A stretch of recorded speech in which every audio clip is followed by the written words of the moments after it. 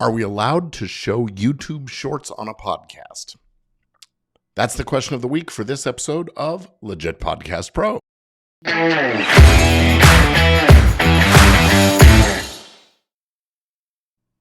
Welcome back to Legit Podcast Pro, the show that takes you behind the scenes of podcasting to explore the legal, ethical, and business aspects that shape this ever-growing industry. I'm your host, Gordon Firemark, the podcast lawyer, and today I am addressing a question that came in through YouTube. It's pretty specific in its way, but the rule and the answer apply across a much broader set of contexts.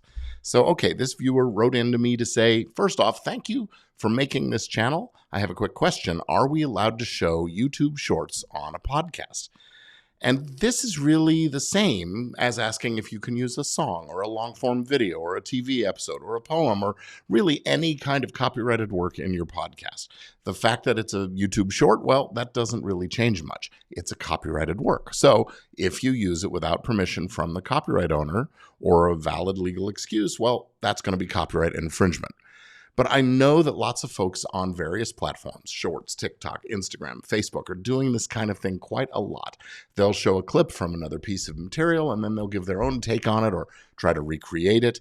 There's this very funny guy who does this with weird recipes he finds on the internet, another who debunks certain myths or reveals secrets about getting the most out of your trip to a fast food restaurant, all those kinds of things. And what these creators are doing is relying on a legal defense to copyright infringement known as fair use. I've got a full-blown explainer video about fair use over at firemark.com/fair use. But this defense is a peculiarity of U.S. law. It arises from our constitutional protection for freedom of speech, since after all, your right to speak and publish about what other people are saying and doing can be impacted if you can't quote or hold a mirror up to those things. Some other countries have similar defenses, but most of what you're seeing being done out there are U.S. creations, so that's what I will focus on. Here is what Section 107 of the U.S. Copyright Act of 1976 says about fair use. It's Section 17 of the United States Code, Section 107, Limitations on the Exclusive Rights, fair use. It says, notwithstanding the provisions of Sections 106 and 106A, the fair use of a copyrighted work, including such use by reproduction or copies or phonorecords or any other means specified by that section, for purposes such as criticism, comment, news reporting, teaching, including multiple copies for classroom use, scholarship, or research, is not an infringement of copyright. In determining whether the use made of a work in any particular case is a fair use, the factors to be considered shall include, number one, the purpose and character of the use, including whether such use is of a commercial nature or is for nonprofit educational purposes.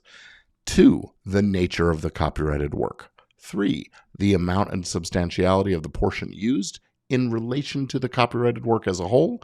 And number 4, the effect of the use upon the potential market for or value of the original. So, is this okay? Are you allowed to show a short on a podcast? Well, unfortunately, that answer is, it depends, maybe. That's because there is no categorical rule that can apply to all situations. It really depends on the context. You have to do that full fair use analysis and look at all 4 of the factors. What's the purpose and character of the use? Is it somehow transformational? Does it serve a different purpose than the original? What's the nature of the original? How much in terms of percentage or proportion of the original are you going to show? What impact is there going to be on the market for or value of the original? In other words, is your use going to draw revenue or attention away from the short or not? So, for example, if you were just doing a top 5 shorts of the week, you'd basically be creating a substitute viewing experience, and that would probably not be fair use. But if you're doing critique or commentary about the short itself, like analyzing the production quality or the message or the person or something, then maybe it would be fair use. Unfortunately, there are no rules of thumb, so you could still get a takedown or even a copyright strike. And every case has to be analyzed on its own terms. So I'm going to run down those 4 factors one more time because I want you to notice something. So 107 says it's not a fair use when used for purposes such as criticism, comment, news reporting, teaching, including multiple copies for classroom use, scholarship, research, not an infringement, and that you view these factors. 1, the purpose and character of the use. Number 2, the nature of the copyrighted work. Number 3, the amount and substantiality of the portion used in relation to the work as a whole. And number 4, the effect of the use on the market for or value of the copyrighted work. So what I want you to notice is what wasn't in there.